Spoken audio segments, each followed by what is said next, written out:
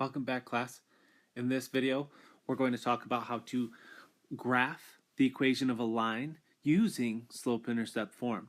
So we just learned about that in the last objective, and we know that slope-intercept form gives you two very important things. I'd like you to just pause the video and think about those two important things that slope-intercept form gives you. Okay, so what you should have thought about was the slope of the line, which is our m, and slope-intercept form also gives you the y-intercept, the b, the y-intercept. All right, so now we can use this information when we're given an equation to graph that line. And again, this is just a shortcut way to do it. You could always graph any equation by making a t-chart, but that can be very cumbersome. It could take a long time to do that and get enough points to graph. So using slope-intercept form, we could have a shortcut to graph the line very quickly. So we know slope-intercept form is y equals mx plus b. So every time that you have an equation that's given to you in this form, when the y is by itself and the rest of the equation is on the other side of the equal sign, you have slope-intercept form and you can graph it very quickly. So to graph, all we have to do is start at our starting point. Our starting point is our y-intercept, which is 5. So we'll just go to 5 on our y-axis, and we're going to put a coordinate point. That's the starting value. And then from there, our slope is 3. And when we're learning about slope, we had a rise and a run. So this slope is just 3. There's no run.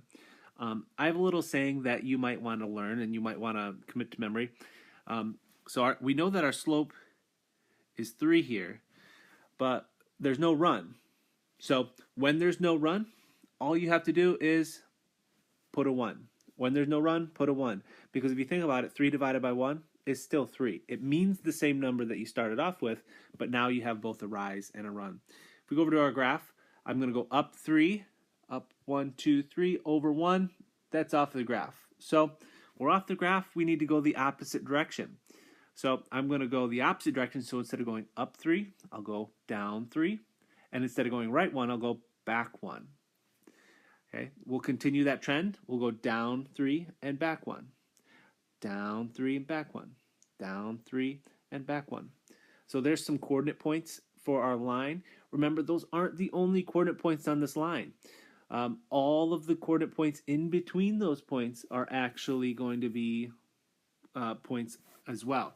So we just connect all of our points to show that this is a continuous function. And it doesn't stop at the edge of our graph. It actually continues in both directions, so I put little arrows at the end. And that's just a quick sketch of our line. And again, if you want to check to make sure that that works, take any one of those coordinate points, plug it into your equation, and it satisfies the equation. It makes it work out.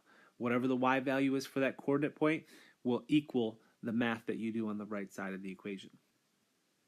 And just one thing here, it's a little aside.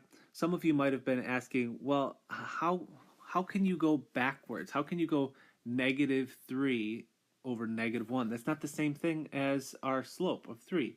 But if you think about our integer rules from the first couple units, a negative divided by negative is still a positive. So -3 divided by -1 is actually equal to 3, which is the same slope. It just allows us to go the opposite direction on our line. Okay, here we go. I'd like you to, on your own sheet of paper, try to graph this line, starting with the y-intercept of -4. So the y-intercept, -4. Plot the point. Then from there, I'd like you to use the slope and graph the rest of the line. So pause the video, graph the rest of the line.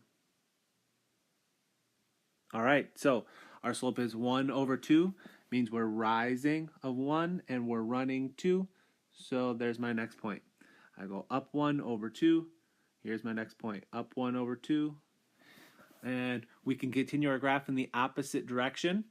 So instead of going up 1 to the right 2, I'm going to go down 1 to the left 2.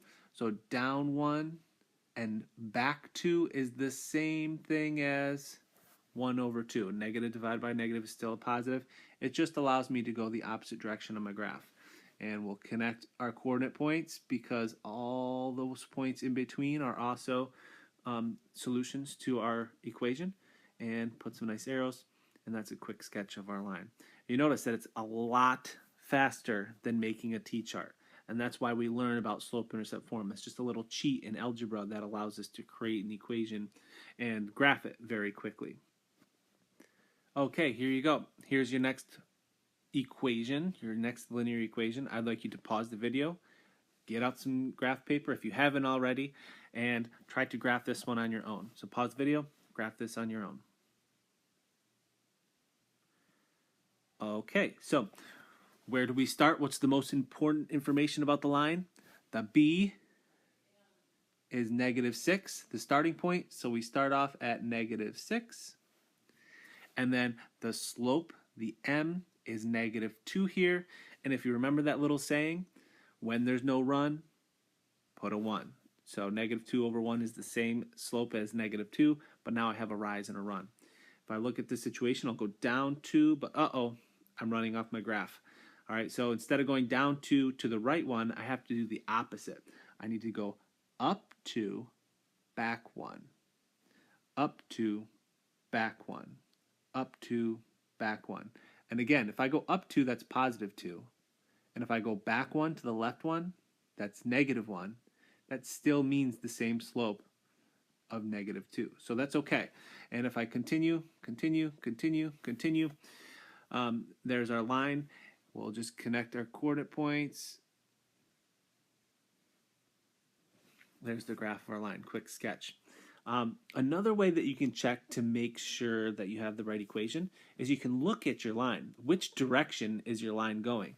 From left to right, just like you read a book, this line is decreasing. So as time goes, as the x values get bigger and bigger and bigger to the left, our values are actually increasing. So as the x's increase, our values are decreasing.